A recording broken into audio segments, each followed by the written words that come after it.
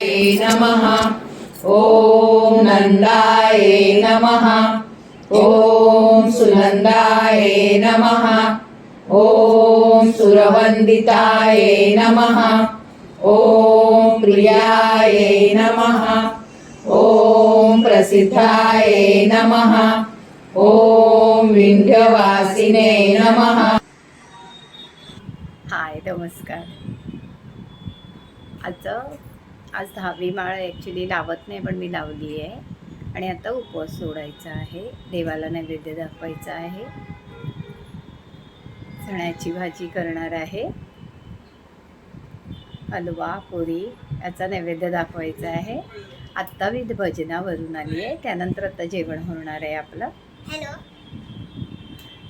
आज भजनाला नातू पण आलेला माझा. हॅलो ताई, आता 10 दिवसाचे उपवास झाले. तुम्हाला सांगते, हे 10 दिवसाचे उपवासाचं खाऊन किंवा असं नाही निघाले. मैत्रिणींबरोबर भजन केलं, बोलले, त्यांच्याबरोबर जो वेळ गेला ना, त्याने हे माझे 10 दिवस गेले. खरंच सांगते, मैत्रिणींची पावर खूप वेगळी असते आणि ती ज्याला लाभली ना, तुम्हाला मी आजच सांगते. गेले होते आज, तर नातवाला घेऊन गेले होते. शेवटचा दिवस होता आणि त्याला खूप आवडतं भजन, छान बसतो भजनाला म्हणून. आणि सगळ्या म्हणाला घेऊन ये ग, त्याला घेऊन ये. त्यामुळे घेऊन गेले होते.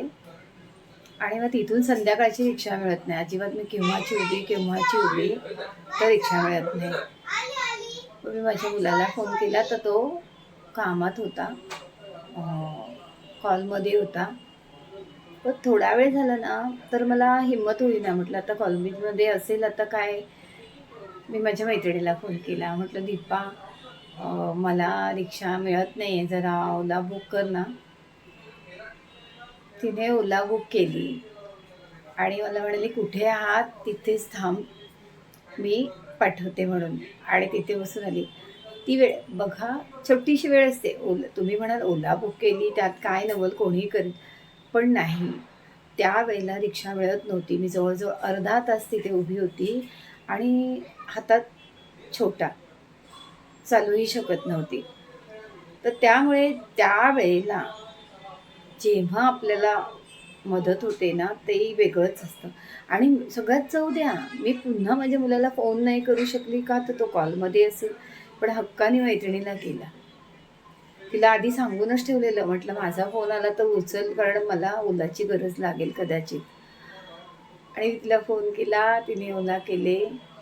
असंच ओला करून मी नुसती तिथे रिक्षात बसले आणि इथे उतरले. पैसे नाही, काही नाही, आणि मी आले.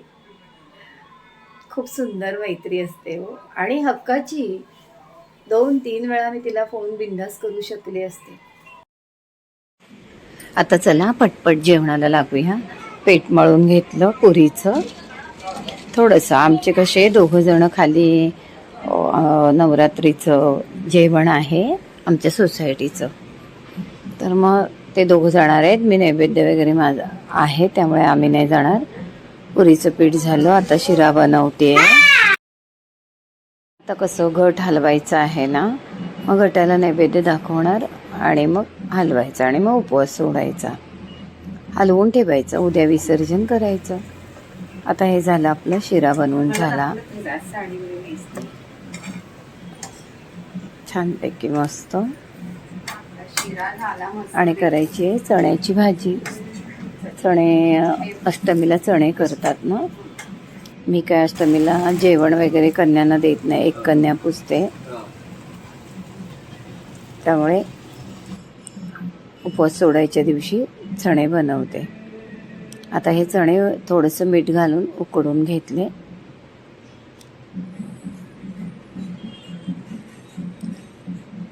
आता तुम्हाला अष्टमीचे चणे करायचे असेल तर मग आलं लसूण स्किप करा, कांदा स्किप करा, जर कन्यांना तुम्हाला जेवण द्यायचं असेल तर. आणि शक्यतो आपल्याकडे असं चालतं, कन्यांना जेवण द्यायचं असलं तरी. काही लोकांच्यात नाही चालत आलं लसूण वगैरे. आता हे मी टोमॅटो, कोथिंबीर आणि एखादी मिरची, 2 बारीक कांदे चिरून घेतले. ते आपण फोडणीला घालायचे. आता बटाट्याची भाजी थोडीशी केली, कारण आता दोघांसाठी किती करणार. मुलांनी येऊन काही खाल्लं तर ठीक आहे, नाही तर ते परत उद्या पुन्हा दसरा, पुन्हा नैवेद्य आहे. त्यामुळे थोडं थोडं करते.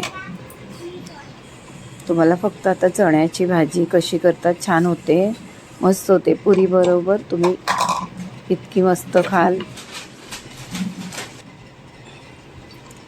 आता तेल आणि तूप मी मिक्स घेतले. तुम्ही तूप, काही जण अष्टमीसाठी करतात त्यामुळे तुपातच बनवतात.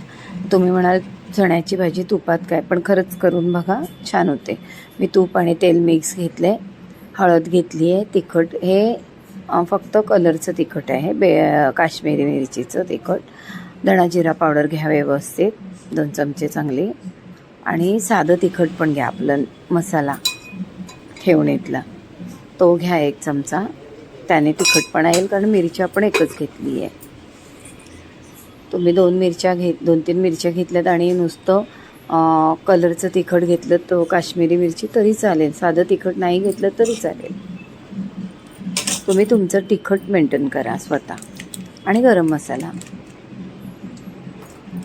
तो 1 चमचा. असे सगळे मसाले एकत्र करून थोडंसं पाणी घालून भिजवा, कारण ते तेलात घेतलं कुठलंही या भाजीला करपता कामा नये, म्हणजे जळता कामा नये. त्यामुळे ह्या मसाल्यांमध्ये पण थोडंसं पाणी घाला, थोडं मिक्स करा आणि ते मग मसाल्यात सोडा, म्हणजे आपले मसाले फ्राय पण होतील आणि करपणार पण नाहीत. आता तेलामध्ये जिरं घालूया. अशी भाजी एकदा करून बघा, अगदी साधी सोपी, अजिबात वेळ नाही. 2 कांदे कापायचे आहेत, 1 टोमॅटो, मिरची, कोथिंबीर पटकन मिक्सीला लावायची आहे. मी तुम्हाला ज्या पण भाज्या सांगते ना, झटपट, कारण बघा आपल्याला वेळ नसतो आणि आत्ताच्या मुली कामाला वगैरे जातात. आणि शिवाय झटपट पण आणि टेस्टी. असं नाही की झटपट केले तर त्याला टेस्टच नाही, अजिबात नाही, टेस्टी. ह्या भाजीवर तुम्ही पुरी खाऊन बघा. थोडंसं आलं लसूण, कांदा थोडासा फ्राय झाला की त्याच्यावरती आपण टोमॅटो आणि कोथिंबीर बारीक केली आहे, मिरची, ते घालायचं. आणि आपले मसाले भिजवलेले ते पहिल्यांदा फ्राय करून घ्यायचे. हो, ते छान तेलावर फ्राय करायचे आणि आपला मसाला घालायचा, तोही थोडासा परतवून घ्यायचा. आपले चणे बघा छान शिजले.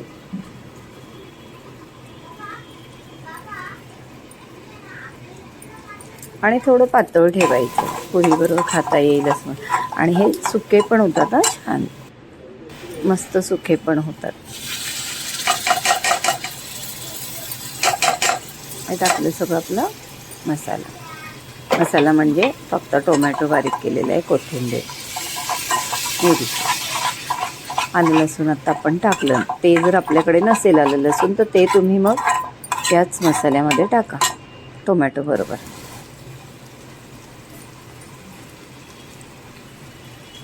मीठ घालूया आणि मस्त हे सगळं परतवून घेऊया. कांदा, टोमॅटो, आलं लसूण आणि सगळे आपले खडे मसाले, तिखट टाकलेले ते सगळे असे सगळे एकजीव झाले की त्याच्यामध्ये आपण चणे घालायचे.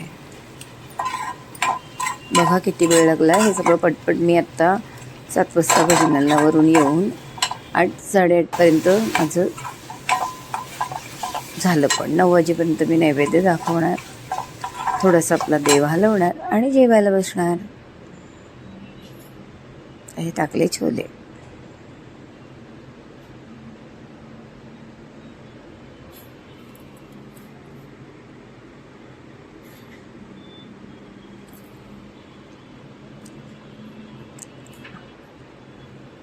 आपले चण्याची भाजी तयार आहे. आत्ता याच्यामध्ये आमचूर पावडर टाकायची. आत्ता जे मी टाकणार त्याने थोडी टेस्ट येते. आमचूर पावडर अगदीच नसेल तर दही घाला, अगदीच नसेल तर 2 मोठे चमचे दही घाला. जर आमचूर पावडर असेल तर प्रश्नच नाही. आणि अजून एक छोटासा गुळाचा खडा, अगदी छोटासा, ह्या दोन गोष्टींनी मस्त टेस्ट येते. पाणी आटवा, काही करा. मी जास्त नाही सुकवणार आहे, थोडं पाणी ठेवणार आहे. त्याच्याबरोबर पुरी खायला एकदम मस्त लागते. वरून कोथिंबीर घाला आणि